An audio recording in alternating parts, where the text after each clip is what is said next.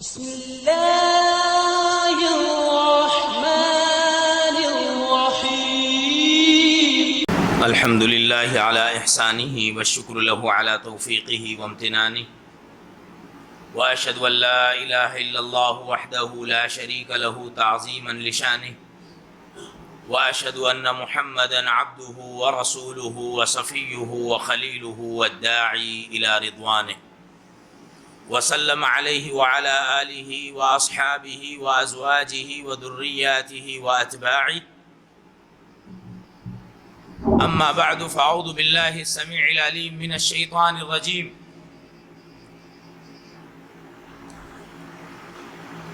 من همزه ونفخه ونفثه. بسم الله الرحمن الرحيم. يا أيها الذين آمنوا اتقوا الله حق تقاته ولا تموتن إلا وأنتم مسلمون.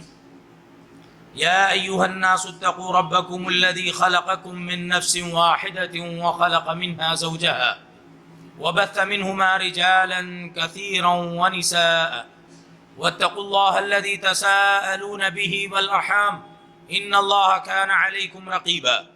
يا أيها الذين آمنوا اتقوا الله وقولوا قولا سديدا يصلح لكم أعمالكم ويغفر لكم ذنوبكم، ومن يطع الله ورسوله فقد فاز فوزا عظيما. وقال جل سبحانه: أعوذ بالله من الشيطان الرجيم. وأنكحوا الأيام منكم والصالحين من عبادكم وإمائكم إن يكونوا فقراء يغنهم الله من فضله والله واسع عليم. وعن عقبة بن عامر رضي الله عنه قال: قال رسول الله صلى الله عليه وسلم: إياكم والدخول على النساء. فقيل يا رسول الله صلى الله عليه وسلم: أفرأيت الحمو؟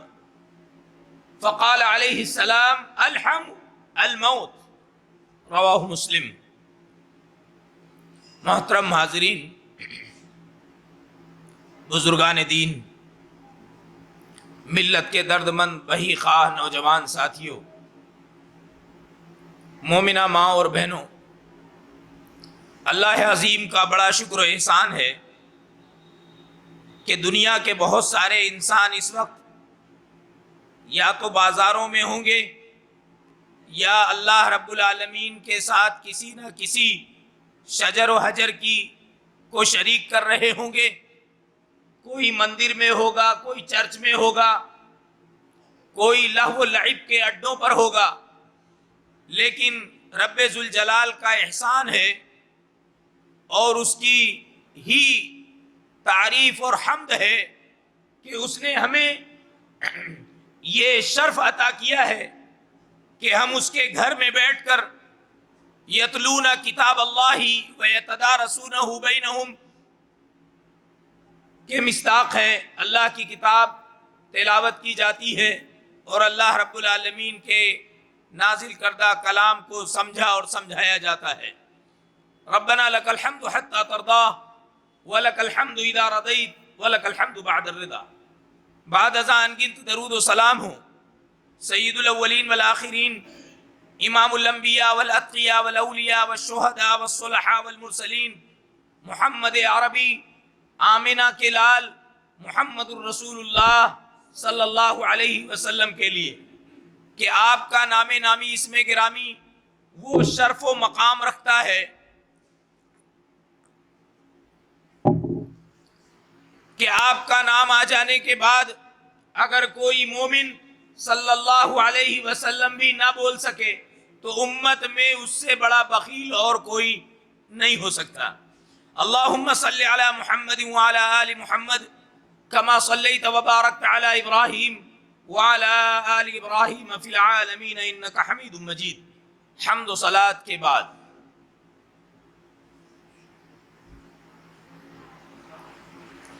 قحط الرجال کے اس دور میں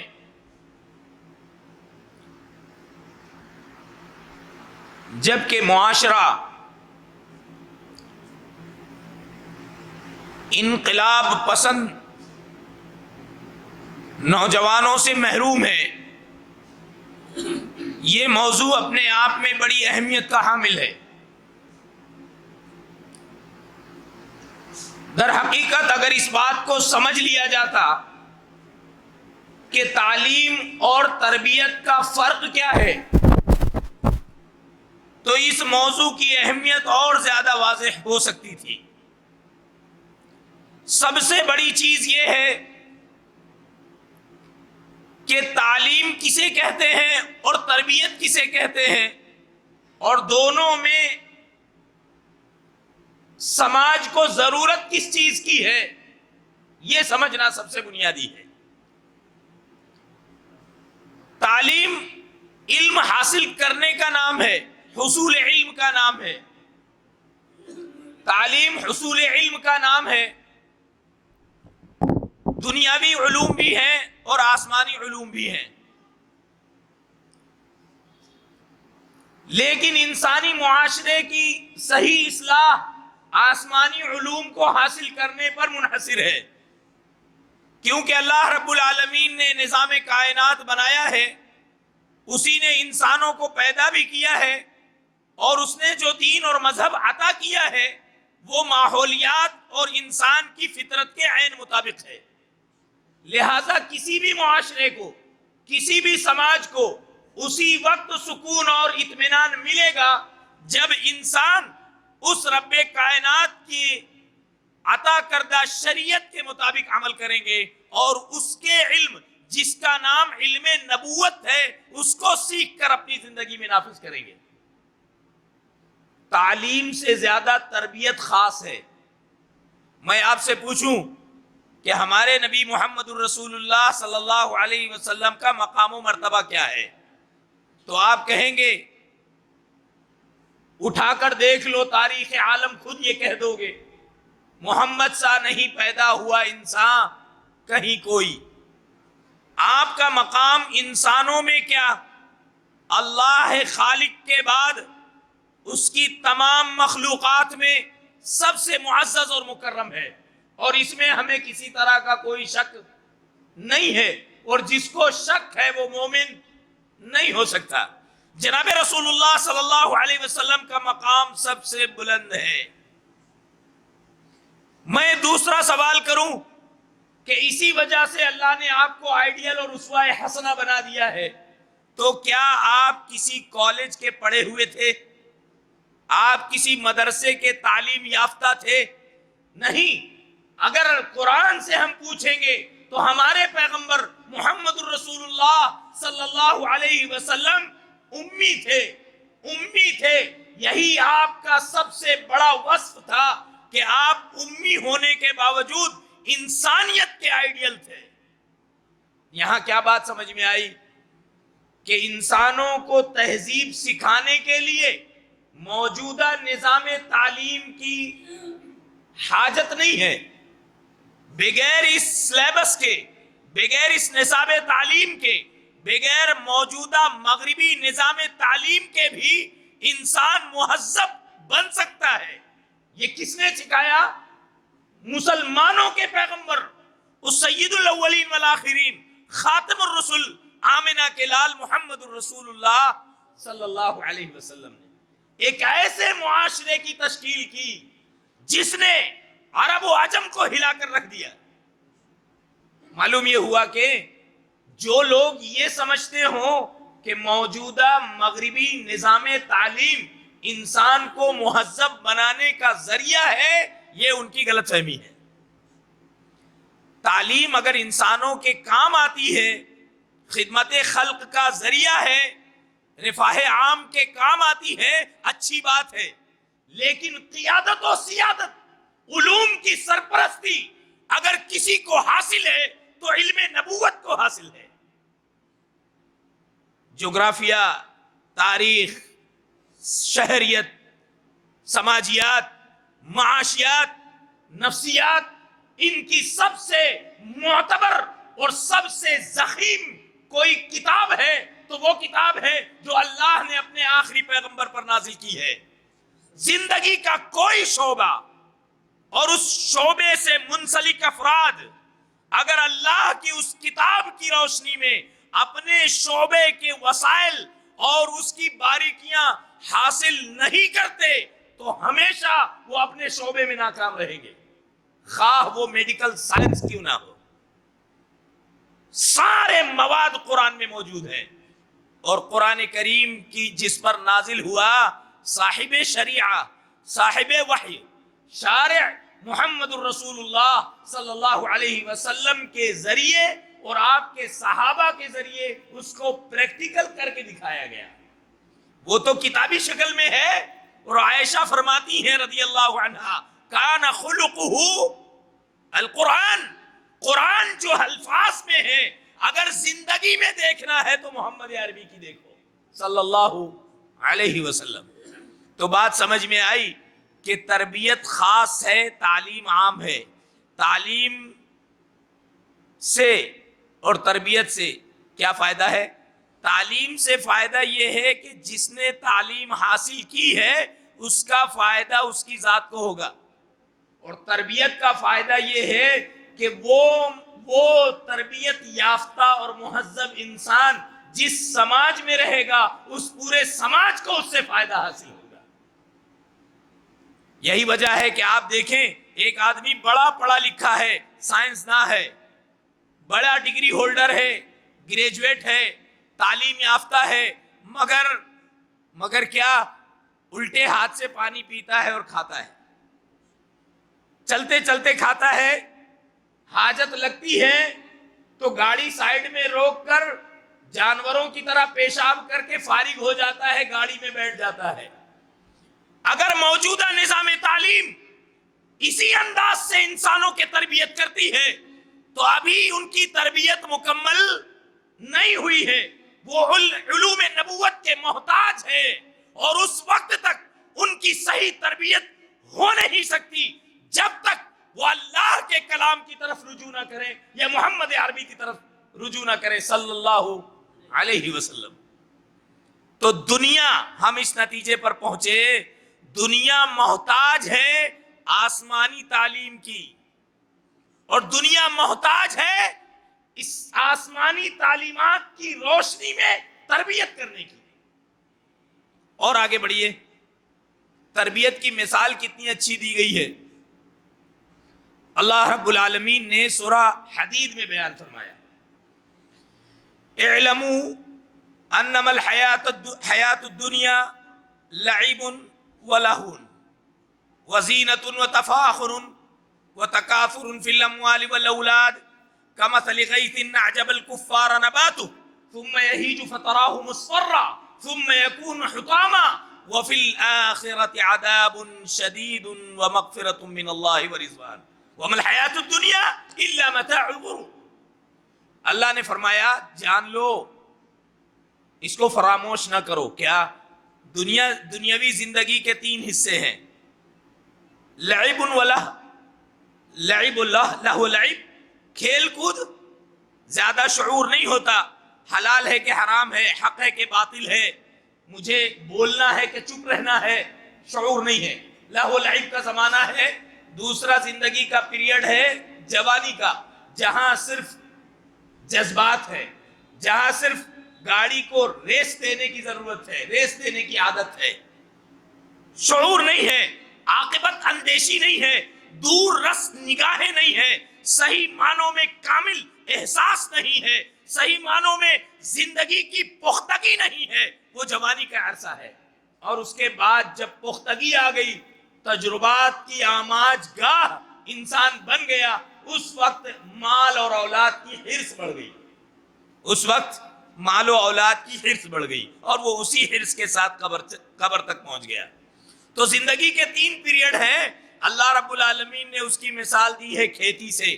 معلوم یہ ہوا کہ انسانی زندگی کی مثال دی گئی ہے کھیتی سے، باغیچے سے، لہذا ہم کھیتی کی طرف ذرا رخ کریں۔ کسان نے بیج بو دیا، بیج بونے کے بعد 4 مہینے کے بعد کھیت میں آئے اور یہ سوچے کہ مجھے فصل ملے گی نہیں ملے گی۔ ایسے ہی انسانی زندگی کی مثال ہے، باپ نے اپنی بیوی سے، شوہر نے اپنی بیوی سے ہم بستری کر لی، بیج بو دیا، کام یہاں ختم نہیں ہوا، ابھی تو نے بیج لگایا ہے، ابھی اس کی دیکھ ریکھ اس سے زیادہ ضروری ہے۔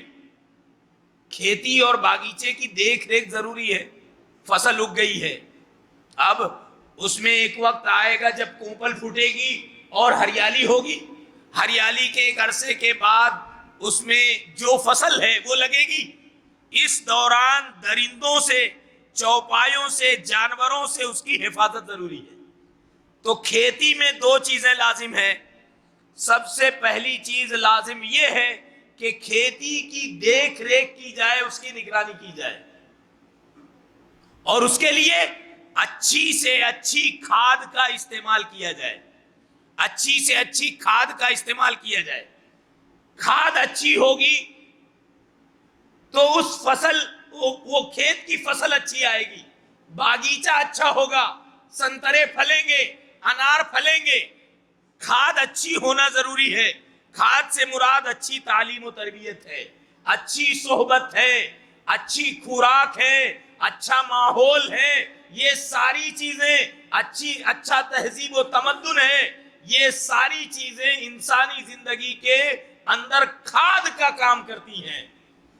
کھاد جتنی خراب ہوگی، نگرانی جتنی خراب ہوگی، فصل اتنی خراب ہوگی۔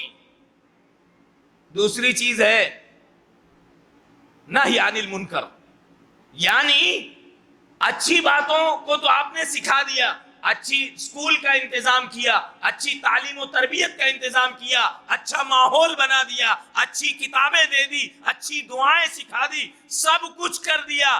اب دوسرا مرحلہ یہ ہے کہ آپ اس فصل پہ جراثیم کش ادویات کا چھڑکاؤ کریں، ان دواؤں کو چھڑکیں جو آپ کی قیمتی کھاد کو خراب اور برباد نہ کرنے دے، ان دواؤں کو چھڑکیں۔ کیوں؟ ماحول خراب ہے، فصل خراب ہو سکتی ہے، کسی بھی وقت کیڑے لگ سکتے ہیں، کسی بھی وقت وہ ساری فصل جس کے پیچھے ہم نے پوری محنت کی ہے وہ فصل خراب ہو سکتی ہے۔ اس کے لیے دوسری اور سب سے اہم ضرورت ہے کہ اس پر دواؤں کا چھڑکاؤ کیا جائے، اور وہ دواؤں کا چھڑکاؤ کیا ہے؟ آپ کی آنکھیں کھلی ہو، بچہ جھوٹ بولتا ہے فوراً روکیں، بچہ کوئی غلطی کرتا ہے فوراً روکیں، بچے کو گناہ سے، غلطی سے، گندے ماحول سے، گندی صحبت سے بچانا، یہ اصل میں دواؤں کا چھڑکاؤ ہے۔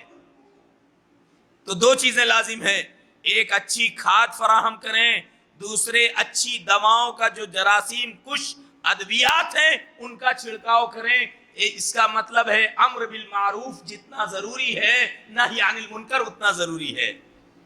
برائی دیکھ کر اگر آپ نے آنکھیں بند کر لی ہیں تو اچھی تربیت نہیں ہوگی، فصل اچھی نہیں اگے گی، پھر کل کو بیٹھ کر کنارے روتا رہے گا۔ لوگوں کے بچے اتنے اچھے ہونہار ہیں، اچھی اچھی تعلیمی ڈگریاں حاصل کی ہیں، مہذب ہیں، انہیں بات کرنے کا سلیقہ ہے، وہ نماز کے پابند ہیں، اور ایک میری اولاد ہے، نہ بات کرنے کا ڈھنگ ہے، نہ سماج میں زندگی گزارنے کا سلیقہ ہے۔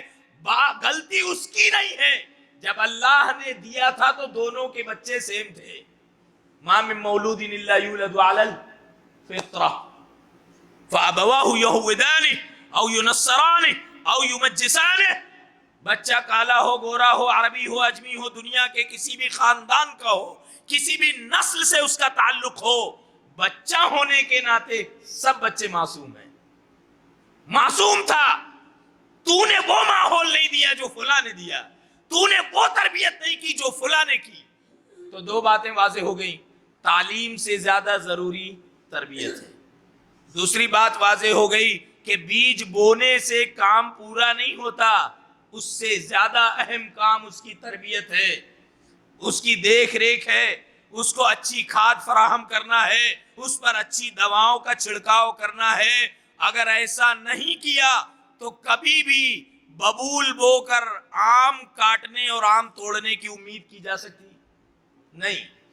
جو ببول بوئے گا وہ ببول ہی کاٹے گا۔ بہت ساری باتیں انشاءاللہ، بہت سی اہم باتیں آپ کے گوش گزار کرنی ہیں. تربیت کیوں اور کیسے؟ تو آئیے پہلے کیوں کو دیکھ لیں. تربیت پر میں نے کچھ باتیں کر دی. تربیت کیوں؟ ہم میں سے ہر شخص چاہتا ہے کہ دنیا اور آخرت کا اس کو فائدہ حاصل ہو. دنیاوی مفاد کے لیے قرآن مجید میں اللہ رب العالمین نے کتنی اچھی بات کہی ہے. جہاں وراثت کا ذکر آیا، جہاں بچوں کے درمیان وراثت کی تقسیم کی بات آئی، تو وہاں والدین کو ناانصافی کرنے سے منع کیا گیا، اور ان کے درمیان، وارثین کے درمیان وراثت کو تقسیم کرنے میں، مال متروکہ کو تقسیم کرنے میں انصاف اور عدل پر زور دیا گیا، اور حوالہ دیا گیا کس بات کا؟ فرمان ہے آباؤکم و ابناؤکم لا تدرون ایہم اقرب لکم نفعا فریضۃ من اللہ.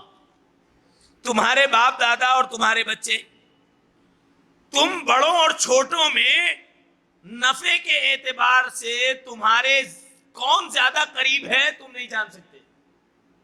4 بیٹے ہیں، باپ ایک کی تربیت پر پوری نگاہ اور پورا مال صرف کیے ہیں، اور دوسرے بچوں کے ساتھ ناانصافی کر رہا ہے. دنیا نے دیکھا سینکڑوں واقعات ہیں، جس بچے کو بڑے لاڈو پیار سے پالا تھا، جس کے پیچھے اپنی محنت کی کمائی صرف کی تھی، وہ بچہ تو اپنے بیوی بچوں میں مگن ہے. جس بچے کو نظر انداز کیا تھا، آج وہی اور اسی کے بچے اس کو کام آ رہے ہیں. یہ سکھایا گیا ہے قرآن میں. تم ناانصافی مت کرو اپنے نظریات سے، اپنے سلوک سے، اپنی معاملگی سے. کیوں؟ تم کو نہیں معلوم تمہارے بچوں میں کون تمہارے کام آئے گا. تو معلوم یہ ہوا کہ اچھی تربیت ایک اچھا ثمر بن کے باپ کو اور دادا کو دنیا میں بھی حاصل ہونے والا ہے. یہ قرآن نے اس کو کہا ہے، سمجھایا ہے. دوسری چیز، کامیابی وہ ہے کہ انسان کی محنت اور اس کے لگائے ہوئے درخت کا سایہ اور اس کے پھل اس کے مرنے کے بعد بھی لوگوں کے کام آتے رہیں. درخت آپ نے لگا دیا، اتنا گھنا اور اتنا پھلدار درخت ہے کہ اس راستے سے چلنے والے سب اس درخت کے سائے کو حاصل کر رہے ہیں، لوگ دعائیں دے رہے ہیں، اور اس درخت کے پھل سے پرندے بھی کھاتے ہیں، انسان بھی کھاتے ہیں. موقع نہیں ہے تو بہت ساری روایتیں عرض کرتا. وہ لگانے والا مر گیا ہے لیکن لوگ اس سے فائدہ اٹھا رہے ہیں، تو اس کو بھی فائدہ ملے گا. آئیے میں مثال سے پہلے اس روایت کو عرض کر دوں. امام بخاری رحمہ اللہ نے ایک روایت نقل کی ہے، اور باب کون سا ہے؟ کتاب الوکالہ، وکالت کا باب ہے. روایت کے الفاظ کیا ہیں؟ انس بن مالک رضی اللہ عنہ سے مروی ہے، ما من مسلم یغرس غرسا او یزرع زرعا فیاکل منه طیر او بہیمة او انسان الا کان له به صدقہ. کتاب الوکالہ. وکالہ میں کیوں بیان کیا امام بخاری رحمہ اللہ نے؟ وکالت کہتے ہیں اس کو کہ وکیل تو کورٹ میں ہے اور اس کا کلائنٹ اپنے گھر پہ اور اپنے کاروبار میں بزی ہے. وہ جس آدمی کا کیس لڑ رہا ہے وہ آدمی جگہ پر موجود نہیں ہے، لیکن اس وکیل کے کیس لڑنے کی وجہ سے جو فائدہ حاصل ہوگا اس غیر حاضر آدمی کو ملے گا. اس باب میں امام بخاری نے جو روایت نقل کی ہے، دیکھیے، ما من مسلم یغرس غرسا، جو کوئی مسلمان کوئی پودا لگائے گا، او یزرع زرعا، کوئی کھیتی لگائے گا، فیاکل منہ طیر، کوئی انسان کوئی پرندہ اس سے کھا رہا ہے، او بہیمۃ، کوئی جانور چر رہا ہے، او انسان، کوئی انسان اس کا سایہ یا اس کا پھل استعمال کر رہا ہے، الا کان لہ بہ صدقہ، تو درخت لگانے والا، کھیتی لگانے والا اگر مر بھی گیا ہے، اس کا تناور درخت موجود ہے، مرے ہوئے 70 سال ہو گئے ہیں، پھر بھی اس درخت کے سائے اور اس کے پھلوں کا فائدہ اس کو ملتا رہے گا صدقے کی شکل میں. اب ذرا سا انسانی زندگی کی مثال کھیتی اور درختوں سے دی گئی ہے، تو یہاں پر انسان کی تربیت کو رکھ کر سوچیں کہ اگر انسان نے ایک اچھا انسان تیار کیا ہے جو لوگوں کے لیے رفاہی کام کرتا ہے، لوگوں کے کام آتا ہے، اپنے والدین کا نام روشن کیے ہوئے ہے، ان کے لیے دعائے مغفرت کرتا ہے، تو یہ انسان اپنے ماں باپ کے مرنے کے بعد بھی ان کے لیے فائدے کا سبب ہے۔ تو معلوم یہ ہوا زندگی میں تو فائدہ ملے گا، غیر حاضری میں بھی ان کا فائدہ ماں باپ کو حاصل ہوگا۔ اذا مات الانسان انقطع عنه عمله الا من ثلاث صدقة جاریة او علم ينتفع به او ولد صالح يدعو له۔ نیک بچہ دعا کے لیے ہاتھ اٹھائے ہے، ایک آدمی مر گیا ہے، مرے ہوئے 10 سال ہو گئے ہیں، اللہم اغفر لی ولی آبائی ولی آبائنا ولی امہاتنا ولی اجدادنا اللہم اغفر لنا ولہم یا رب العالمین۔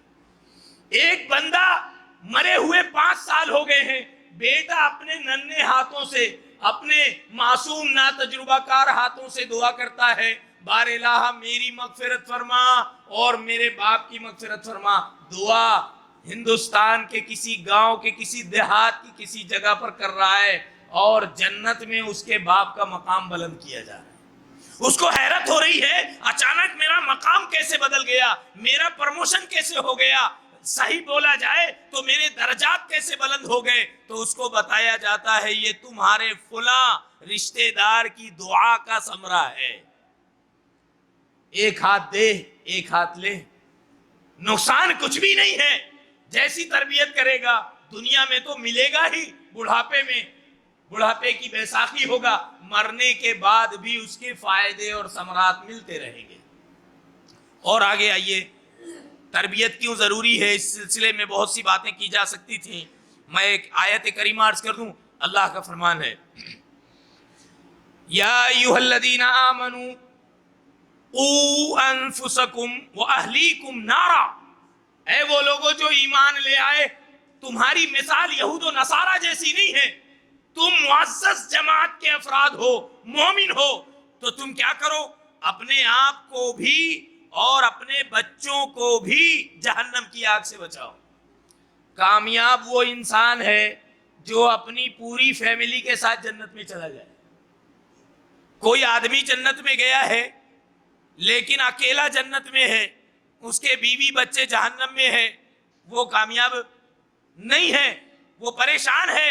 لیکن ایک آدمی ایسا ہے جو خود بھی جنت میں ہے اور اکیلا نہیں آیا ہے، اپنے سارے بچوں کو اور اپنی بیوی کو لے کر جنت میں آیا ہے، پوری فیملی کے ساتھ جنت میں آیا ہے۔ یہی اللہ رب العالمین نے حکم دیا کہ کوئی ماں، کوئی عورت یہ جان لے کہ اس کا بچہ انگارہ پکڑ رہا ہے، تنور میں گر جائے گا، آگ میں چلا جائے گا، کبھی برداشت کرے گی نہیں۔ تو وہ یہ کیسے برداشت کر سکتی ہے کہ اس کا بچہ جہنم میں جا رہا ہے اور اس کی زبان پر ممانعت کا کوئی لفظ نہیں آتا، اس کی جوان بیٹی جہنم کی طرف بڑھ رہی ہے لیکن حاجی صاحب کی پیشانی پر بل نہیں آتے؟ ایسا کیسے ہو سکتا ہے؟ اس کا مطلب یہ ہے کہ یہ بچوں سے سچی اور روحانی اور اصلی محبت نہیں کرتے۔ یہ جو محبت کرتے ہیں ان کی حیثیت صرف دنیا تک ہے، حقیقی محبت نہیں کرتے۔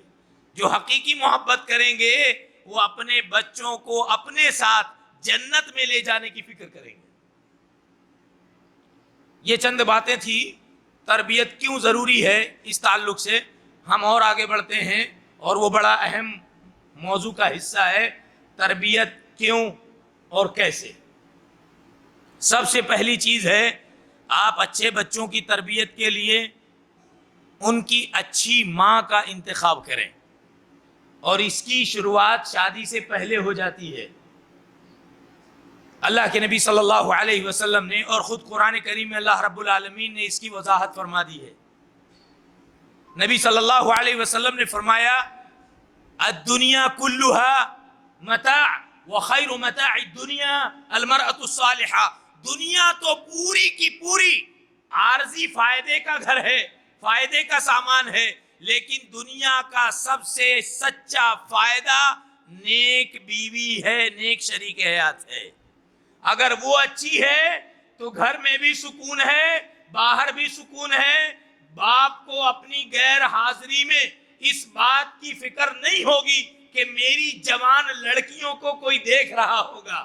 کیوں؟ اس لیے کہ اس کی بیوی ان بچوں کی ماں نیک انسان ہے. علامہ ابن حجر رحمہ اللہ نے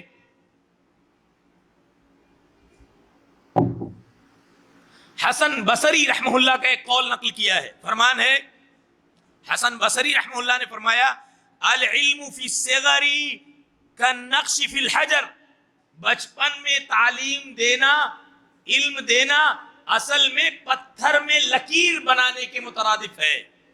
جیسے پتھر کی لکیر مٹائی نہیں جا سکتی، ایسے بچپن کی تعلیم بھلائی نہیں جا سکتی. بچوں کی پہلی درس گاہ ماں کی گود ہے، اسکول تو بعد میں شروع ہوتی ہے. ایک واقعہ ہے، کسی عالم سے کسی نے سوال کیا میں اپنے بچوں کی تربیت کرنا چاہتا ہوں، تو جواب آیا، پوچھا گیا بچہ کتنا بڑا ہے؟ کہا کہ بچہ تو 2 مہینے کا ہے. کہا تم نے بہت دیر کر دی، تم نے بہت دیر کر دی. اچھے بچوں کی تربیت کے لیے بہت پہلے منصوبہ بنایا جاتا ہے. بچہ 2 مہینے کا ہو گیا اور اب تمہیں اس بات کا احساس ہوتا ہے کہ میں بچے کی اچھی تربیت کروں. یہ بہت پہلے کا کام ہے، شادی سے بھی پہلے کا کام ہے. اسماعیل چاہیے تو ماں کون ہو؟ ہاجرہ ہو، تبھی بیٹا اسماعیل ہوگا. ماں جب صالحہ ہوگی تب بیٹا عبد الرحمن ربیعۃ الرائے کے نام سے معروف ہوگا. مائیں اچھی ہوں گی تو بچے اچھے ہوں گے. ماں کو خود نہیں معلوم ہے شرک کیا ہے، توحید کیا ہے، بدعت اور سنت میں فرق کیا ہے، حلال اور حرام میں فرق کیا ہے، یہ بچہ کر رہا ہے تو اس کے لیے کتنا مضر ہے، کتنا مفید ہے، یہ ساری باتوں کا احساس اس لڑکی کو، ماں کو نہیں ہے، تو اس کی گود میں پلنے والے بچے محمد بن قاسم کیسے پیدا ہوں گے؟ آج دنیا کو انہی جیالو انقلاب پسند نوجوانوں کی ضرورت ہے. آج دنیا ابراہیم کو تلاش کر رہی ہے، اور یہ کہاں سے جنم لیں گے؟ یہی مسلمانوں کی گود میں پلیں گے، بڑھیں گے. لیکن مفقود ہے، حالات تقاضا کرتے ہیں، فصلیں موجود نہیں ہیں، سایہ دار درخت نہیں ہے، ثمر آور درخت نہیں ہے. کیوں؟ اس لیے کہ وہ درسگاہیں نہیں ہیں، وہ ایسی مائیں نہیں ہیں. وہ جناب رسول اللہ صلی اللہ علیہ وسلم نے فرمایا اذا اتاکم، غور سے سن لیں آپ، اذا اتاکم من ترضون دینہ وخلقہ فزوجوہ والا تکن فتنۃ فی الارض وفساد عریض او کبیر. جب تمہارے پاس یہ کن کے لیے ہے؟ میری مائیں اور بہنیں غور سے سنیں. جب تمہارے پاس کسی لڑکے کا پیغام آئے، تمہاری بیٹیاں جوان ہو گئی ہیں، کسی لڑکے کا پیغام آئے، تو تم اپنی بچیوں کو بیاہ دینے کے لیے، ان کا نکاح کر دینے کے لیے اگر چاہتی ہو کہ اچھا نباہ ہو، تمہاری بیٹی کو لاڈو پیار سے وہ شخص زوجیت کے سارے حقوق دے کر پالے اور اس سے پیار و محبت کرے، اس کی دنیا کے ساتھ ساتھ اس کی آخرت سنوار دے، تو سنو، جب تمہارے پاس کسی جوان کا پیغام آئے تو 2 چیزیں دیکھو: محمد کا نام لینے والی، آمنہ کے لال کی محبت کا دعویٰ کرنے والی، ان باتوں کو جھٹلا نہیں سکتی. نبی نے کہا تھا، اور نبی کے پاس سارے علوم کے سردار علم نبوت موجود تھا. نبی علیہ السلام نے کیا کہا؟ جب کسی نوجوان کا پیغام آئے تو 2 چیزیں دیکھو: من ترضون دینہ وخلقہ، اس کا دین دیکھو، لڑکا نماز کا پابند ہے کہ نہیں، لڑکے کے وضاقتہ اس کا حلیہ اسلامی ہے کہ نہیں. اگر یہ 2 چیزیں تمہیں نظر آئیں تو اس کا دین، اور دوسری چیز دیکھو اس کا اخلاق کیسے ہے، بڑوں کا ادب کرتا ہے کہ نہیں، بات کرنے کا سلیقہ ہے کہ نہیں، سماج میں، معاشرے میں، مجلس اور محفل میں اٹھنے بیٹھنے کا سلیقہ ہے کہ نہیں، چھوٹے بڑوں کا ادب اور احترام ہے کہ نہیں.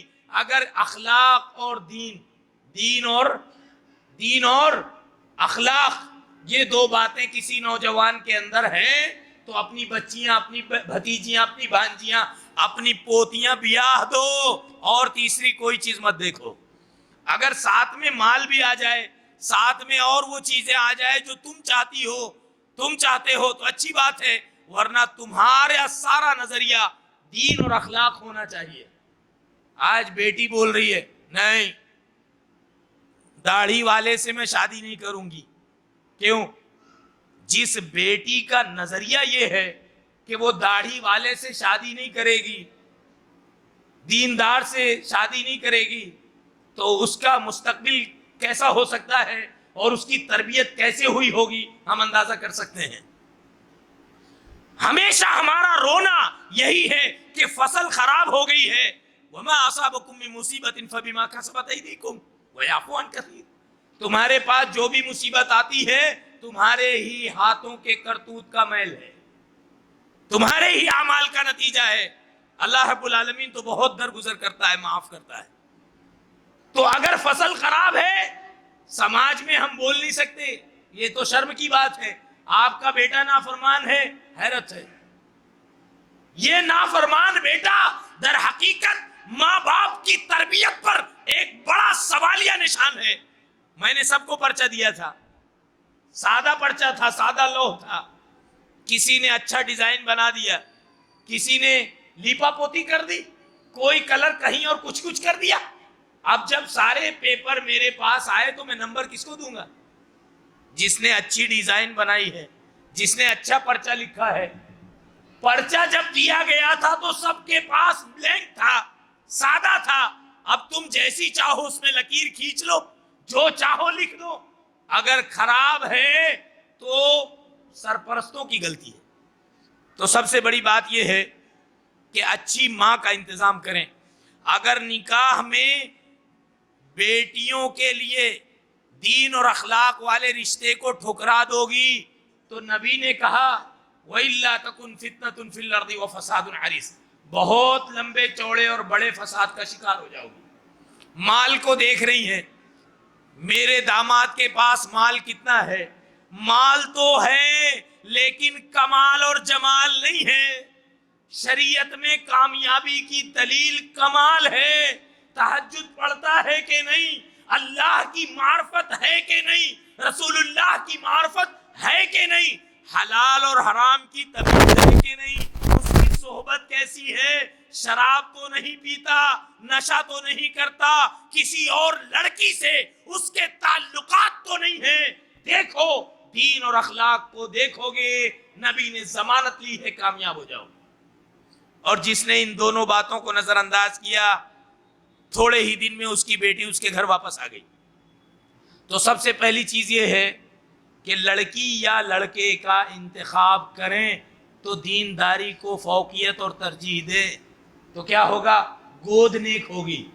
لوگ اپنی بچیوں کو یہ قوم کی بدنام زمانہ خواتین کی طرح نہیں بنائیں گے، بلکہ رقیہ، ام کلثوم، فواتن کی تعلیم دیں گے، اسلامی مدارس کے حوالے اپنی بچیوں کو کریں گے۔ لوگ جب دیندار لڑکیوں کی تلاش میں نکلیں گے تو میرے بھائیوں سب سے پہلی چیز یہ ہے کہ ماں کی گود نیک ہو۔ ہر جوان اگر اپنی دنیا اور آخرت سنوارنا چاہتا ہے تو جب باہر نکلے تلاش کے لیے، یا اس کے والدین اور پیرنٹس نکلیں اپنی بہو لانے کے لیے، تو دین اور اخلاق کا اہتمام کریں، نہیں تو فساد کا اور فتنے کا شکار ہو جائیں گے۔ کیوں؟ یہ نہ سوچیں کہ یہ لڑکی میرے بیٹے کی بیوی اور میری بہو بننے والی ہے، یہ نہ سوچیں کہ یہ میری بیوی بننے والی ہے، بلکہ یہ سوچیں کہ یہ میرے بچوں کی ماں بننے والی ہے، یہ سوچیں کہ میرے پوتوں کی دادی بننے والی ہے، یہ سوچیں کہ میرے نواسوں کی نانی بننے والی ہے۔ اس کے اندر ماں بننے کی صلاحیت ہے کہ نہیں؟ نانی اور دادی کا مقام اور شرف یہ جانتی ہے کہ نہیں؟ اس کا سلیقہ ہے کہ نہیں؟ اگر نہیں ہے تو آپ اس لڑکی کو ریجیکٹ کر دیں۔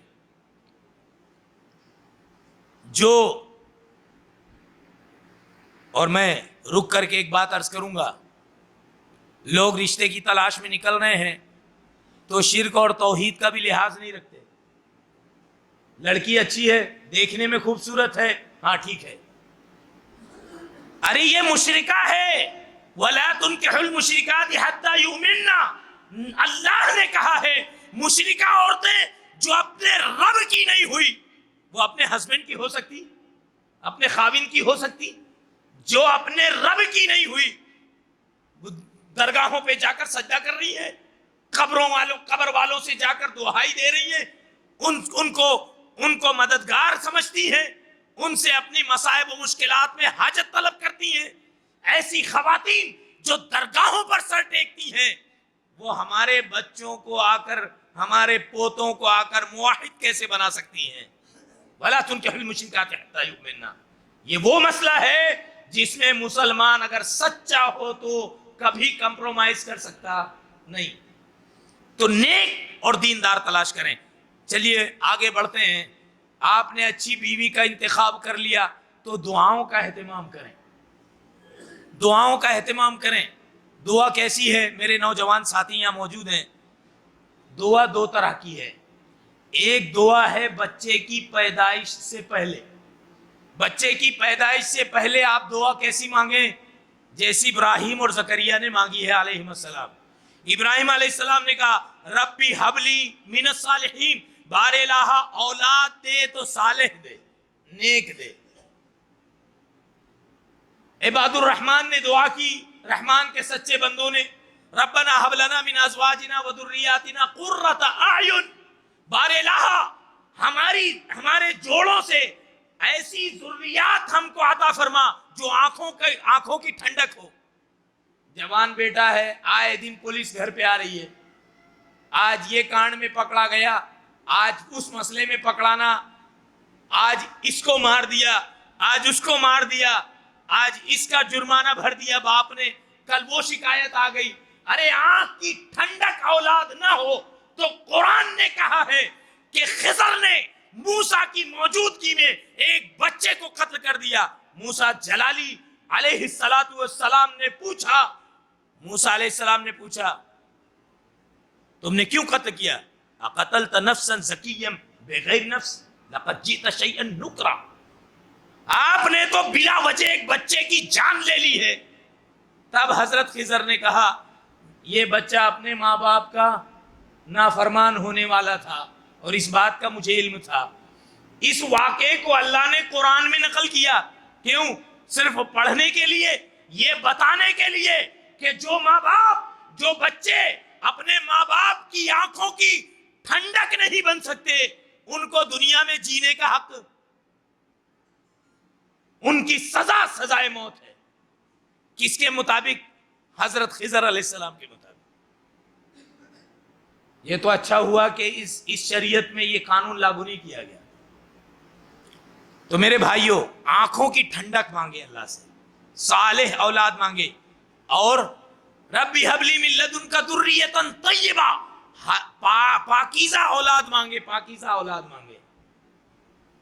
اور ایک دعا بیوی سے ہم بستری کرنے کے وقت ہے, اللہم جنبنا الشیطان و جنب الشیطان ما رزقتنا.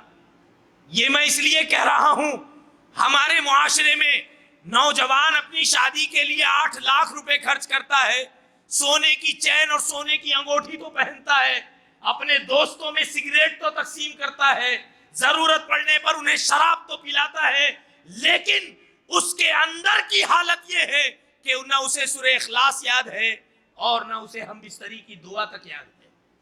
یہ بلا کسی شرم حیا کے, بغیر کسی تکلف کے میں یہ عرض کرنا چاہتا ہوں, جب آپ بیج لگا رہے ہیں تو بیج دیکھ لیں بیج خراب تو نہیں ہے. اگر بیج خراب ہو گیا تو فصل اچھی. جو لوگ دعا کا اہتمام نہیں کرتے ان کے اس عمل میں بھی شیطان شریک ہو جاتا ہے. استغفر اللہ العظیم. اس عمل میں شیطان شریک ہو جاتا ہے تو فصل کہاں سے اچھی پیدا ہوگی؟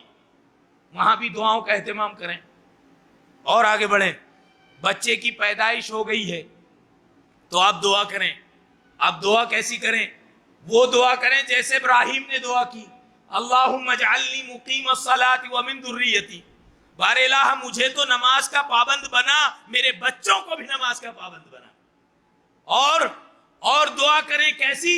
جیسی دعا کی ہے انبیاء کرام علیہم السلام نے. ابراہیم علیہ السلام نے ایک دعا یہ بھی کی، اللہم وجنبنی وبنی ان نعبد الاصنام، مجھے اور میرے بچوں کو مورتیوں کی اور اوثان و اصنام کی عبادت سے بچا لے. تو وہاں بھی دعا کریں، پیدائش سے پہلے بھی دعا کریں، بعد میں بھی دعا کریں. صرف دعا پر ہی اکتفا نہ کریں، بلکہ پیدائش کے بعد، یہاں میری مائیں اور بہنیں ہیں، غور سے سنیں، اگر لڑکی پیدا ہو گئی ہے تو پیشانی پر بل نہ آنے پائے، دل میں کوئی وسوسہ نہ آنے پائے. یہی شکایت اللہ کو مکہ کے جاہل اور بدو لوگوں سے تھی. کس کو تھی شکایت؟ اللہ کو تھی. اللہ نے اپنی اس شکایت کا تذکرہ اپنے کلام میں کیا ہے. وَإِذَا بُشِّرَ أَحَدُهُم بِالْأُنثَىٰ ظَلَّ وَجْهُهُ مُسْوَدًّا وَهُوَ كَظِيمٌ يَتَوَارَىٰ مِنَ الْقَوْمِ مِنْ سُوءِ مَا بُشِّرَ بِهِ أَيُمْسِكُهُ عَلَىٰ هُونٍ أَمْ يَدُسُّهُ فِي التُّرَابِ أَلَا سَاءَ مَا يَحْكُمُونَ. بیٹا بھی دیا تو کس کا تھا؟ اللہ کا. بیٹی بھی دی تو کس کی مرضی تھی؟ اللہ کی. مرضی بھی اللہ کی، منشا بھی اللہ کی، اختیار بھی اللہ کا، انتخاب بھی اللہ کا، فیصلہ بھی اللہ کا. لیکن ادھر تو نکارت ہے، ادھر تو ناراضگی ہے. ویسا خوش نہیں ہوا جیسا خوش بیٹے کی پیدائش پر ہوا تھا. ماں ویسی خوش نہیں نظر آتی جیسے بیٹے کی پیدائش پر خوش نظر آئی تھی. اگر ایسا ہے تو اللہ سے پناہ مانگے، دعائے مغفرت کریں. ابھی کسی نے ایک واقعہ نقل کیا تھا، سچا جھوٹا کیسا واقعہ ہے میں عرض کر دوں. ایک آدمی کی وفات پر کوئی شخص آیا اور کہا کہ یہ صاحب مجھے 10 لاکھ روپے دینے والے تھے. بیٹوں نے کہا، بھائیوں نے کہا ہمارے پاس ایسا کوئی ثبوت نہیں ہے، ہم نہیں دیں گے، ہم آپ کو جانتے پہچانتے نہیں. جنازہ پکڑ کے بیٹھ گیا. صاحب مجھے اپنا قرضہ نہیں دو گے، مجھے اپنا قرضہ نہیں دو گے، جنازہ چھوڑوں گا نہیں، دفنانے نہیں دوں گا. اس نے مجھ سے 8 لاکھ روپے لیے تھے تو مجھے وہ پیسہ دو. بیٹوں نے کہا ہم نہیں جانتے، ہم نہیں دیں گے. بھائیوں نے بھی انکار کر دیا. جب بات پہنچتے پہنچتے گھر میں پہنچی اور ایک بیٹی تھی، اس کے پاس بات پہنچی تو بیٹی نے اپنے زیورات نکال کے دے دیے اور کہا اس بندے سے، اجنبی سے کہو میں اور بھی اس کا پیسہ ادا کر دوں گی، اللہ کا حوالہ دیتی ہوں، میرے باپ کا جنازہ چھوڑ دے، اس کو دفن ہونے دے. بیٹے کھڑے ہیں، بیٹی نے اس کی رقم ادا کی اور جب رقم دیکھ لی اس نے تو کہا سنو، بات یہ نہیں تھی کہ اس نے مجھے دینا تھا، بات یہ تھی کہ میں نے اس کو دینا تھا. میں یہ جاننا چاہتا تھا کہ اس کا وارث حقیقی کون ہے، اس کی سچی محبت کس کو ہے. اس کی ایک ہی وارث ہے، اس کی بیٹی. 8 لاکھ جو مجھے دینا تھا میں اسی کے حوالے کروں گا. میں پوچھنا چاہتا ہوں، بارش کے موسم میں جب آپ اپنی بچی کے ساتھ چلیں گے تو بچی یہ فکر کرے گی کہ ابا بھیگ رہے ہیں، لیکن اگر آپ اپنے بیٹے کے ساتھ چلیں گے تو بیٹے کے لاڈ و پیار میں آپ کو بھیگنا پڑے گا اور بچے کو بچانا پڑے گا. بیٹی بھی اسی عمر کی ہے لیکن بیٹی آپ پر سائبان کرے گی. من عالی جاریتین حتی تبلغا جاء یوم القیامت انا وہو کہاتین ودم رسول اللہ صلی اللہ علیہ وسلم اسمعین. نبی صلی اللہ علیہ وسلم نے فرمایا جو 2 بچیوں کی نیک تربیت کرے گا، ان کی بلوغت تک اچھی جگہ ان کا نکاح کرا دے گا تو قیامت کے دن وہ ایسے آئے گا جیسے یہ دونوں انگلیاں قریب قریب ہیں. بیٹی کا نیک باپ میرے قریب ہوگا. یہ کس نے کہا؟ آمنہ کے لال محمد الرسول اللہ صلی اللہ علیہ وسلم. ہم نبی کی قربت چاہتے ہیں تو بچیوں کی پیدائش پر کسی طرح کا ملال نہ کریں اور آگے بڑھیں. آپ نے کوئی بچگونی نہیں لی، اب عقیقہ تو کر لیں. کتنی خرافات ہو رہی ہے. شیخ عبد القادر جیلانی کے نام دیگیں چڑھ رہی ہیں، فلاں کے نام دیگ چڑھ رہی ہے، اور جو طریقہ نبی علیہ السلام نے بچوں کی پیدائش پر دیا تھا وہ مفقود ہو گیا. ہم انشورنس کروا رہے ہیں، بیمہ پالیسی لے رہے ہیں کہ ہمارے مرنے کے بعد ہمارے بچے کے کوئی چیز کام آئے. وہ دیکھو انشورنس تو نبی علیہ السلام نے بتایا تھا، فرمایا کل غلام رہین بعقیقتہ تذبح عنہ یوم سابعہ ویسمى ویحلق رأسہ.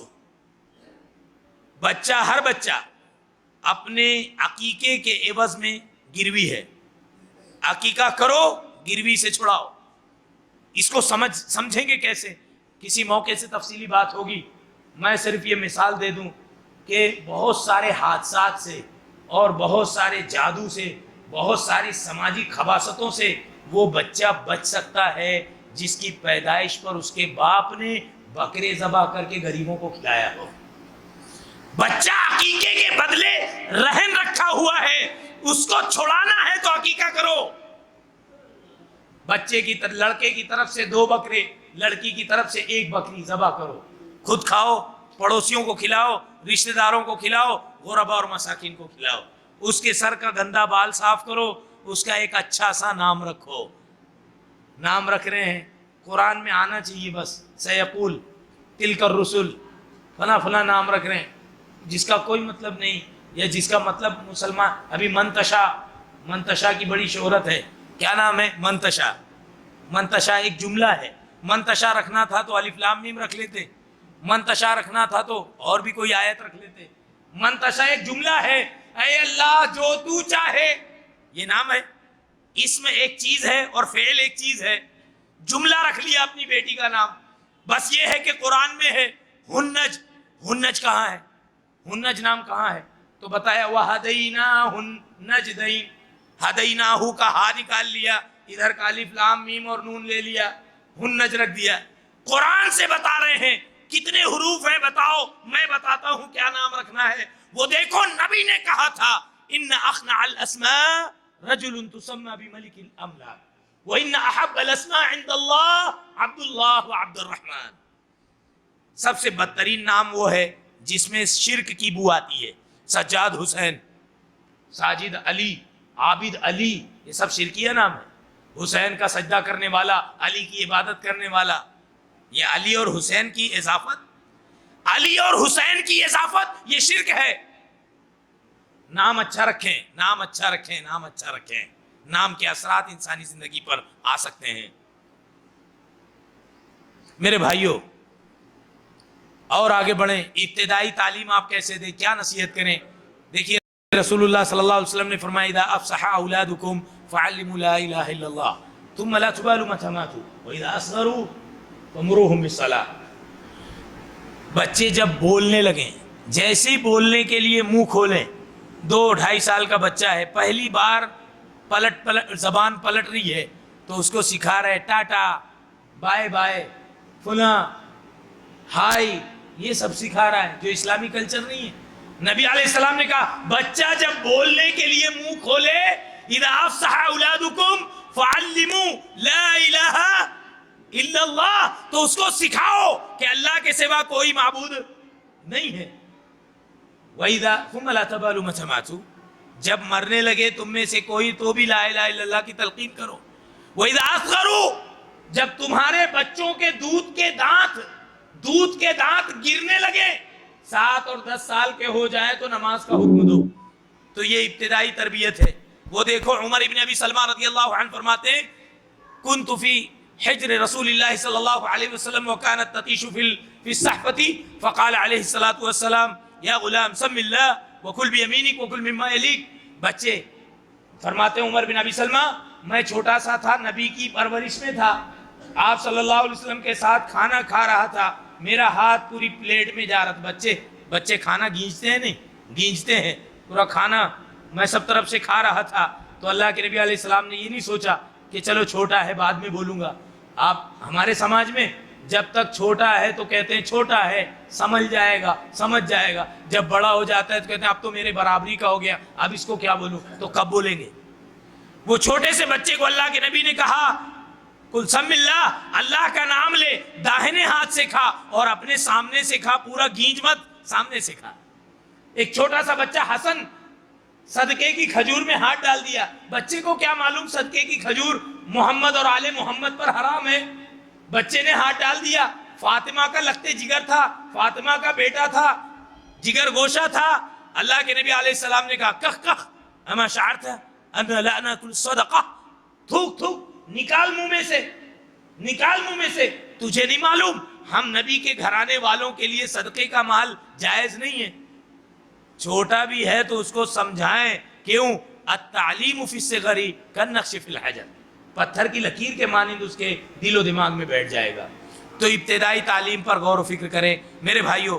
چند باتیں اور بہت ہی اہم باتیں میں آپ سے کہنا چاہتا ہوں کہ ماحول بنائیں، ماحول سازگار کریں۔ جو ماحول ہمارے بچوں کی کھاد خراب کر رہا ہے، ان کے افکار پر منفی اثرات مرتب کر رہا ہے، اس ماحول سے اپنے بچوں کو بچانا نماز روزے سے زیادہ ضروری ہے، اللہ کا حق ادا کرنے سے زیادہ ضروری ہے کہ اپنے بچوں کو سنواریں، اپنی نسلوں کی حفاظت کریں۔ کل یہی اسلام کا مستقبل بننے والے ہیں۔ ماحول کیسے سازگار کریں وہ دیکھیے۔ ابراہیم علیہ السلام نے کیا کہا؟ ربنا انی اسکنت من ذریتی بواد غیر ذی زرع عند بیتک المحرم ربنا لیقیموا الصلاۃ۔ بار الہ، یہ بے آب و گیا زمین مکہ کی ہے، دور دور تک کوئی درخت نہیں ہے، کوئی تالاب اور جھرنا نہیں ہے، نہ یہاں کھانے کا سامان ہے نہ پانی ہے، لیکن میں ننھے سے بچے اسماعیل کو اور اس کی معصوم بھولی بھالی نا تجربہ کار ماں ہاجرہ کو یہاں اس لیے آباد کر رہا ہوں کہ کل جب تیرا گھر یہاں بنے گا تو تیرے گھر کے قریب ہوں گے تو عبادت کریں گے۔ ماحول بنایا جائے، بچے کس طرح سے دین کے قریب آئیں۔ ابراہیم علیہ السلام نے ملک شام سے خانہ کعبہ جہاں ہے وہاں لا کر کے ہاجرہ اور اسماعیل کو آباد کیا اور کہا میں اس لیے یہاں آباد کر رہا ہوں تاکہ تیرے گھر کی عبادت کریں، نماز قائم کریں۔ حضرت نوح علیہ السلام نے کیا کہا تھا؟ جوان بیٹا سرکشی پر آمادہ ہو گیا، نہیں مانوں گا، آپ کا رب کون اور آپ کون؟ طوفان آنے والا تھا تو نوح علیہ السلام نے کہا یا بنی ارکب معنا ولا تکن مع الکافرین، بچے ہمارے ساتھ کشتی میں آ جاؤ، نافرمانی مت کرو، اللہ کا عذاب آئے گا تو تم نہیں بچو گے۔ اپنے بچوں کو نصیحت کریں۔ لقمان علیہ السلام نے کیسی نصیحت کی؟ بچے شرک مت کر، شرک سب سے بڑا گناہ ہے۔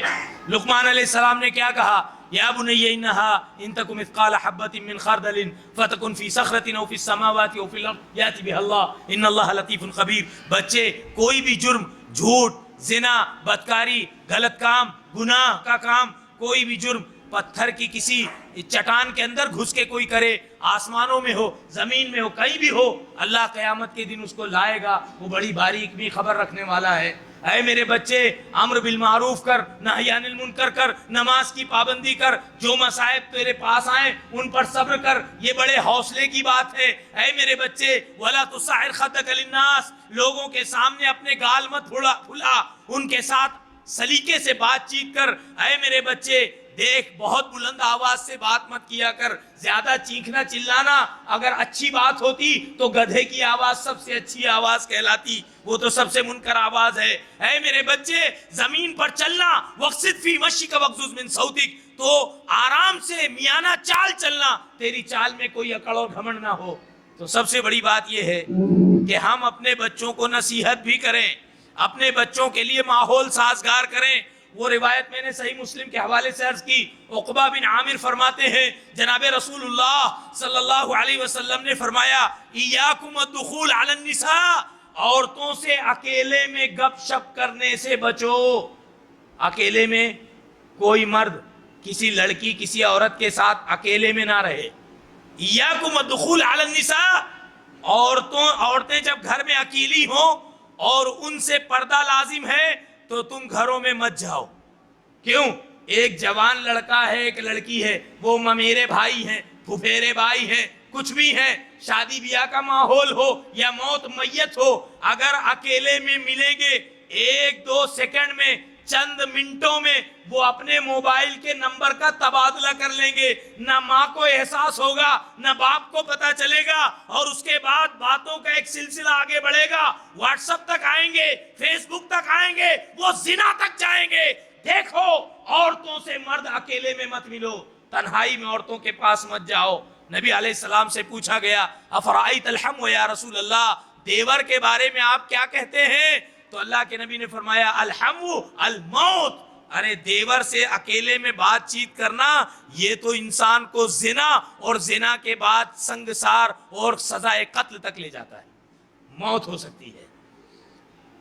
آج ہم نے جو نظام تعلیمات کے حوالے اپنی بچیوں کو کر دیا، ایک خبر آئی ہے، خبر کیا آئی ہے اور آتی رہتی ہے کہ مختلف شر پسند تنظیموں نے ایک نظام بنایا ہے مسلم لڑکوں کو پھانسنے کا۔ وہ 12ویں پاس 10ویں پاس لڑکے جو غیر مسلم لڑکیوں کی طرف مائل ہو رہے ہیں وہ بلا وجہ مائل نہیں ہو رہے ہیں، بلکہ منصوبہ بند طریقے سے لڑکوں کو پھنسایا جاتا ہے، جیسے مچھلیوں کو پھانسنے کے لیے جال ڈالے جاتے ہیں ایسے ہی جال ڈالا جا رہا ہے۔ یہ نیٹ کا سسٹم تو خود ایک جال ہے جس میں لوگوں کو پھنسایا گیا ہے، لیکن یہ جال سوشل ہے، یہ جال الیکٹرانک اور ٹیکنالوجی سے متعلق ہے، پریکٹیکل میں بھی جال ڈالے جا رہے ہیں۔ ایک لڑکی آپ کے جواں سال، نماز کے پابند، نیک سیرت، ماں باپ کا فرما بردار، ماں باپ کے آنکھوں کی ٹھنڈک، آنے والے دنوں میں ایک اچھا بیٹا اور بڑھاپے کی بیساکھی تھا، ایک لڑکی نے اپنی عیاری سے، اپنی مکاری سے، منصوبہ بند سازش کے تحت اس کو اپنے جال میں پھنسا لیا۔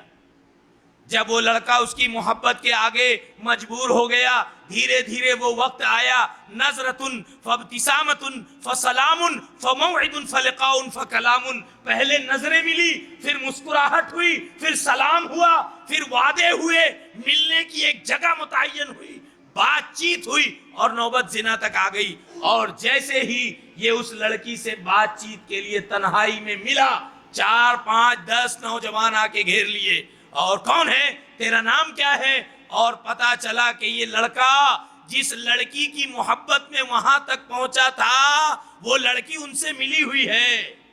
اب اس لڑکے کو غائب کر دیا گیا۔ غائب ہونے والے انسانوں کی شرح آپ جانتے ہیں کہ نہیں؟ منصوبہ بند طریقے سے لوگ غائب ہو رہے ہیں، کہاں جا رہے ہیں، ان کے ساتھ کیا سلوک ہو رہا ہے۔ تو ہم اپنی بیٹیوں کی حفاظت کریں، یہ تو بیٹوں کی بات ہے، اللہ کی پناہ ان نوجوان بالغ لڑکیوں سے جو اسلام کو بدنام کر رہی ہیں، اللہ کی پناہ ان کے نقاب سے، ان کے حجاب سے۔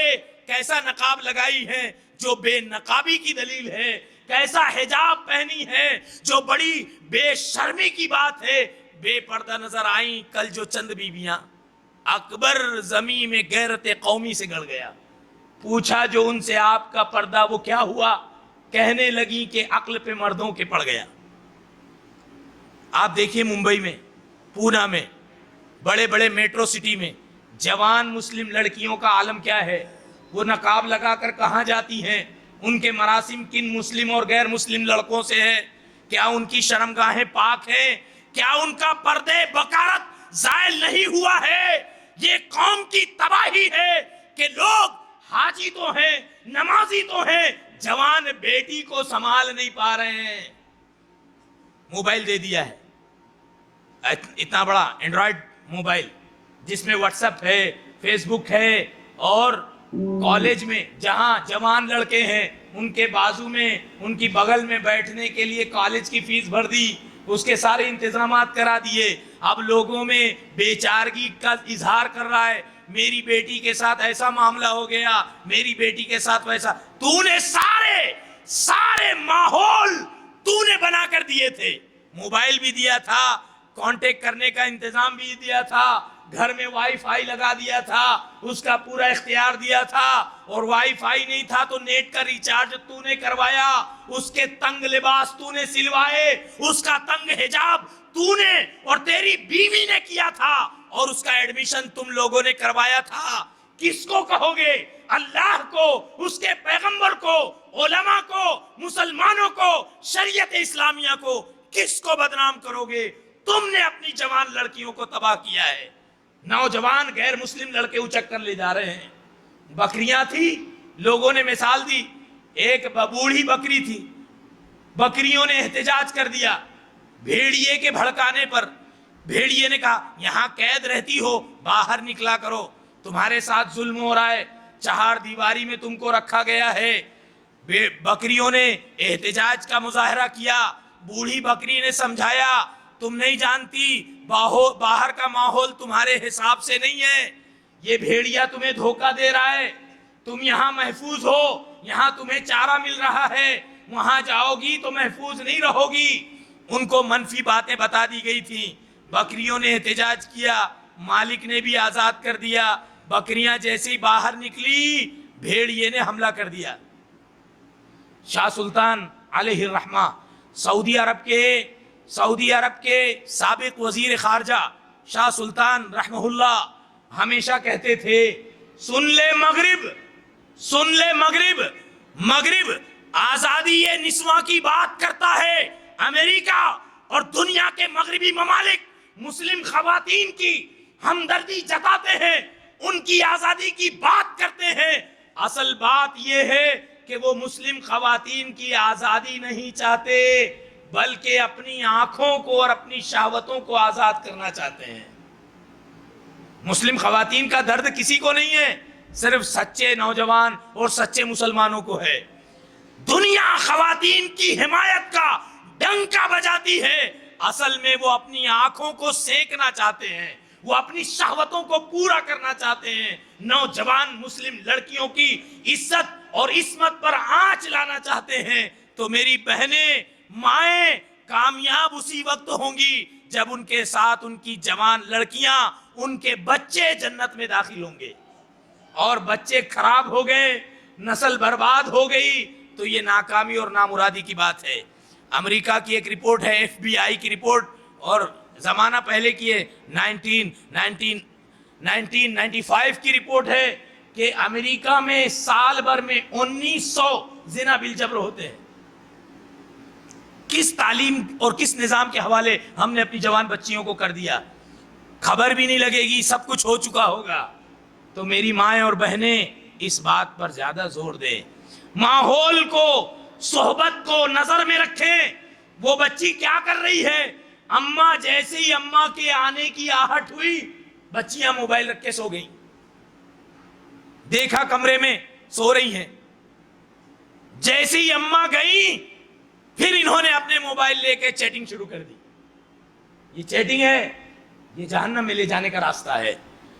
فوٹو جا رہا ہے، گندی گفتگو ہو رہی ہے، کیا نہیں ہو رہا ہے، سب کچھ ہو رہا ہے۔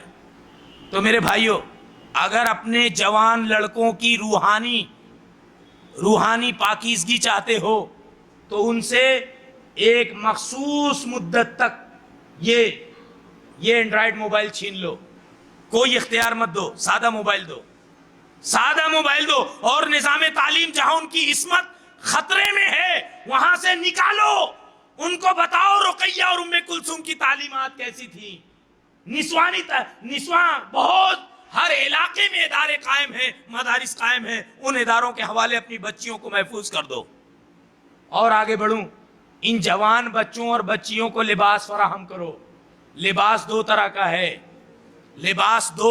ہے، ایک لباس جسمانی ہے، اس جسمانی لباس کے بارے میں قرآن میں اللہ نے کہا یا بنی آدم قد انزلنا علیکم لباسا یواری سواتکم وریشا ولباس التقوی ذالک خیر۔ اے انسانوں، اے بنی آدم، ہم نے آسمان سے لباس کو نازل کیا ہے، آسمان سے پانی نازل کیا، تمہیں کپاس لگانے کی ہدایت دی، کپاس سے دھاگا بنانے کی صلاحیت دی، دھاگے سے کپڑا بنانے کی صلاحیت دی، تو ہم نے لباس کو نازل کیا ہے۔ ایک زمانہ تھا پتے سے اپنی شرمگاہوں کو ڈھانکتے تھے، لباس ایک اللہ کی نعمت ہے، ہم نے لباس دیا، کیوں؟ سوآتکم، تمہاری شرمگاہوں کو چھپانے کا ذریعہ ہے، وریشا، اور زیب و زینت کا سامان ہے، دیکھنے میں اچھا لگے۔ لباس میں دو چیزیں اللہ نے بیان کی ہے، شرمگاہ کی پردہ پوشی ہو، لہذا قسم اللہ کی ساڑی، اسلامی لباس، ساڑی جس میں پیٹ دکھتا ہو وہ اسلامی لباس نہیں ہے۔ پردے کا لباس کا سب سے بڑا مقصد پردہ داری ہے، دوسرا مقصد دیکھنے میں لباس اچھا لگے۔ میں اپنی بہنوں سے کہتا ہوں جنت کی فکر کرو، دنیا کو چھوڑو، دنیا چند دنوں کی عارضی دنیا ہے، ان شہوتوں کے پیچھے اپنی جنت کو برباد مت کرو۔ میں ایک حدیث عرض کر دوں، صحیح مسلم کی ہے، حدیث کا آخری جملہ ہے کاسیات عاریات مائلات ممیلات لا يدخلن الجنت ابدا ولا یجدن ریحها وان كانت توجد من 40۔ ہر عورت بڑی ہو کے چھوٹی جو یہاں موجود ہے غور سے سنیں، 2-4 منٹ اپنی بات کروں گا، اور جو عورتیں بہنیں یہاں نہیں ہیں وہ ان کے گھر کے افراد ان تک یہ بات پہنچا دیں۔ جو عورتیں خواتین کپڑا پہن کر ننگی نظر آتی ہیں، کپڑا اتنا چست ہے، اتنا باریک ہے، اتنا نیٹ والا ہے کہ کپڑا پہن کر ننگی نظر آتی ہیں، خود دوسروں کی طرف مائل ہوتی ہیں، کسی بھی ذریعے سے، موبائل سے ہو کہ واٹس ایپ سے ہو، اپنی اداؤں سے ہو کہ اپنے زیورات سے ہو، دوسروں کی طرف مائل ہوتی ہیں، دوسروں کو اپنی طرف مائل کرتی ہیں، لا يدخلن الجنت ابدا۔ خبردار وہ سن لے، آمنہ کے لال کی باتیں جھوٹی نہیں ہوتی، اور نبی کی بات کا اللہ اس کے خلاف نہیں کرتا۔ وہ ایسی عورتیں جنت میں جا سکتی نہیں، اور اگر جنت میں جانا تو بڑی بات ہے، جنت کی خوشبو 40 دن یا 40 سال کی دوری تک خوشبو پہنچے گی، ایسی عورتیں خوشبو کے دائرے میں بھی نہیں آ سکتی۔ جنت تو بہت خوش نصیبی کی بات ہے۔ تو بازار کا موتی نہ بنے، بازار کا موتی نہ بنے، سیپ کا موتی بنے، سیپ کا موتی بنے۔ لوگ للچائیں گے، باہر نکلو، باہر نکلو، آزادی نسواں کی بات کریں گے، اور اس خواتین اسلام کے مظالم کا تذکرہ اور تبصرہ کریں گے، اس کے بارے میں قوانین پاس کریں گے، دستاویزات لکھے جائیں گے، لیکن تمہیں سیپ کا موتی بننا ہے۔ بازارو موتی کوئی بھی خریدتا ہے، کوئی بھی روندتا ہے، کہیں بھی پھینکتا ہے، اس کا کوئی وزن نہیں ہوتا۔ سیپ کے موتی کا ایک وزن ہوتا ہے۔ چہار دیواری میں اپنی عصمت کو پاکیزگی کے ساتھ اللہ کی جناب میں لے کر حاضر ہو۔ مسلمانوں کو بدنام مت کرو۔ مجھے شرم آتی ہے، مجھے افسوس ہوتا ہے ان نوجوان لڑکیوں پر جو غیر مسلم جوان لڑکوں کے ساتھ بھاگ جاتی ہیں۔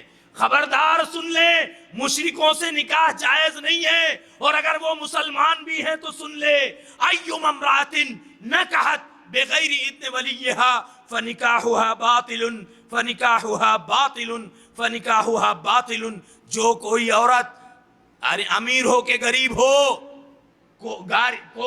کالی ہو کے گوری ہو، خوبصورت ہو کے بدصورت ہو، جو کوئی عورت اپنے باپ یا اپنے سرپرست اور ولی کی اجازت کے بغیر، غیر مسلم تو جانے دیں، وہ تو کبھی ہو ہی نہیں سکتا، مسلمان لڑکے سے بھی نکاح کریں گی، اللہ کے نبی نے کہا وہ نکاح نہیں ہوا، نہیں ہوا، نکاح باطل ہے۔ جب نکاح باطل ہے تو وہ کیا ہے؟ زنا ہے۔ تو خواتین، مائیں اور بہنیں، ماحول بنائیں، اسلامی ماحول کو فروغ دیں، عصمتوں کی حفاظت خود اپنی آپ کی ذمہ داری بھی ہے۔ اپنے ایک تو جسمانی لباس ہے اور دوسرا لباس روحانی ہے۔ میں سرپرستوں سے کہوں گا اپنے جوان لڑکوں کو روحانی لباس فراہم کریں، اپنے جوان لڑکیوں کو روحانی لباس فراہم کریں۔ اس نکاح کو اسلام نے لباس کا نام دیا ہے۔ جیسے لباس سے شرمگاہ چھپائی جاتی ہے، ایسے نکاح سے انسان کی روحانی پاکیزگی ہوتی ہے۔ روحانی لباس فراہم کریں، ہن لباس لکم وانتم لباس لہن۔ یہ روحانی لباس کیسے؟ قرآن میں اللہ نے کہا وانکحوا الایام منکم والصالحین من عبادکم وامائکم۔ جوان لڑکی مطلقہ ہے، بیوہ ہے، کنواری ہے، غلام ہے، ان کے نکاح کراؤ، ان کے نکاح کراؤ، خالی مت رہنے دو، نکاح کرا دو۔ 17 سال میں، 18 سال میں لڑکا جوان ہو گیا، لڑکی جوان ہو گئی، ماں باپ، اب آپ غور کریں، ایک روایت میں اللہ کے نبی صلی اللہ علیہ وسلم نے کہا، کیا فرمایا کہ قیامت کے دن جو 5 چیزوں سے سوال ہوگا، عمر کے بارے میں سوال ہوگا، اور فرمایا جوانی کے بارے میں سوال ہوگا، جوانی کے بارے میں عمر کا حصہ ہی تو جوانی ہے، لیکن الگ سے جوانی کے بارے میں سوال ہوگا۔ سوال کیا ہوگا؟ فیما ابلاہ، فیما ابلاہ، جوانی بوسیدہ کہاں کی؟ فیما ابلاہ، بچہ لڑکی 17 سال 18 سال کے جوان ہو گئے تھے، 27 سال تک ان کو جوان رکھا، دوسروں نے نہیں، ماں باپ نے جوان رکھا، بیٹے کا نکاح روک دیا۔ ارے اللہ رب العالمین پر توکل کر کے اگر اپنے بیٹے کا نکاح تعلیم کے دوران ہی کرا دیتا اور یہ عزم کرتا کہ میں بیٹے اور بہو اور اس کے بچوں کو اس بیٹے کی پڑھائی مکمل ہونے تک سنبھالوں گا، کم سے کم اس کو روحانی لباس مل جائے، اس کا نظریہ صاف ہو، اس کا ذہن صاف ہو، بیوی بچوں والا ہو جائے۔ 7 سال 10 سال 12 سال 15 سال نوجوان جوانی کے بعد بغیر عورت کے گزارتا ہے، یہ اس کی جوانی اور یہ نوجوان طاقت جہاں ضائع ہو رہی ہے، اسی کا نام ہے فیما ابلا۔ جوانی کہاں بوسیدہ کی؟ اس کا سوال لڑکے سے بھی ہوگا، لڑکی سے بھی ہوگا، اور اس کے نکاح میں جو لوگ رکاوٹ بنے ہیں وہ بھی قصوروار ہیں، ان سے بھی سوال ہوگا، وہ بھی مسئول ہیں۔ نکاح کا انتظام کریں، ان کو روحانی لباس فراہم کریں۔ اسی کے ساتھ ساتھ آخر میں عرض کروں، والدین خود پرہیزگار بنیں۔ جب والدین پرہیزگار بنیں گے ان کے بچوں کا مستقبل اچھا ہوگا۔ دیکھو حضرت خضر علیہ السلام کو یتیم بچوں کی دیوار گر رہی تھی، دیوار کو سیدھا کیا۔ موسیٰ علیہ السلام نے کہا گاؤں والوں کی دیوار سیدھا کیوں کی؟ تو کہا وَأَمَّا الْجِدَارُ فَكَانَ لِغُلَامَيْنِ يَتِيمَيْنِ فِي الْمَدِينَةِ، یہ دیوار میں نے بلا وجہ سیدھی نہیں کی ہے، اس دیوار کے نیچے گاؤں کے 2 یتیم لڑکوں کا خزانہ دفن ہے، اور وہ 2 یتیم لڑکے عام آدمی عام بچے نہیں ہیں، بلکہ وَكَانَ أَبُوهُمَا صَالِحًا، ان کا باپ نیک انسان تھا۔ ہم پرہیزگار بنیں گے، اللہ ہمارے بعد ہمارے بچوں کے مستقبل کو سنوار دے گا، اس کے وسائل و اسباب فراہم کر دے گا، ایسے انسانوں کو کھڑا کر دے گا جو ہماری جوان بیٹیوں کی اور ہمارے جوان بچوں کی حفاظت کریں گے۔ یہ اللہ کا نظام اور بنایا ہوا دستور ہے۔ نیک بنے، خود پرہیزگار بنے، اور اس کے ساتھ ساتھ بچوں کے درمیان انصاف بھی کریں، بچوں کے درمیان انصاف بھی کریں، بچوں کے درمیان انصاف بھی کریں۔ اللہ رب العالمین جو باتیں ہو سکی ہیں سب سے پہلے اس کی صحیح فہم مجھے عطا فرمائے، مجھے عمل کی توفیق دے، پھر آپ سب کو عمل کی توفیق عطا فرمائے۔ رب العالمین ہمارے اخلاص کو، ہماری للہیت کو، ہمارے نیک اور مثبت جذبات کو قبول فرمائے۔ پروردگار عالم جو خواتین مجبور ہیں، بے بس ہیں، بے کس ہیں، جن کا رشتہ نہیں ہو رہا ہے، رب العالمین ان کے رشتے کے اسباب اور وسائل پیدا فرمائے۔ پروردگار عالم ہماری نیکیوں کو شرف قبولیت عطا فرمائے، سماج کے تمام شرور و فتن سے ظاہر و باطن کی حفاظت فرمائے، آمین۔ وآخر دعوانا الحمدللہ رب العالمین۔ ایک سوال ہے، اگر تہجد نماز پڑھے تو اس میں تحیۃ الوضو پڑھ سکتے؟ 5 وقت نماز پڑھے تو ہر وقت تحیۃ الوضو پڑھ سکتے؟ اس کا جواب، تحیۃ الوضو یہ کہیے تحیۃ المسجد۔ آپ اگر مسجد میں آتے ہیں تو جب بھی آئیں، اگر فرض نماز جاری نہیں ہے اور آپ کے پاس وقت ہے، جمعہ کے دن بھی اگر اذان ہو گئی ہے، خطبہ بھی جاری ہے، تو بھی اللہ کے نبی نے کہا قم صلی رکعتین، کھڑا ہو اور 2 رکعت نماز ادا کر۔ خطبے کے دوران آپ نے کہا، تو جب بھی آپ مسجد آئیں آپ 2 رکعت نماز تحیۃ المسجد کہیں یا تحیۃ الوضو کہیں، آپ ضرور ادا کریں۔ تہجد کے لیے اگر آپ گھر میں ہیں تو آپ پر وہ 2 رکعت نہیں ہے، لیکن اگر آپ مسجد آتے ہیں تہجد کے لیے تو جب آپ آئیں تہجد کا ٹائم بھی آپ کے پاس ہے تو آپ 2 رکعت ضرور ادا کریں۔ اللہ رب العالمین دین کی صحیح فہم عطا فرمائے۔ واللہ اعلم بالصواب۔ سبحان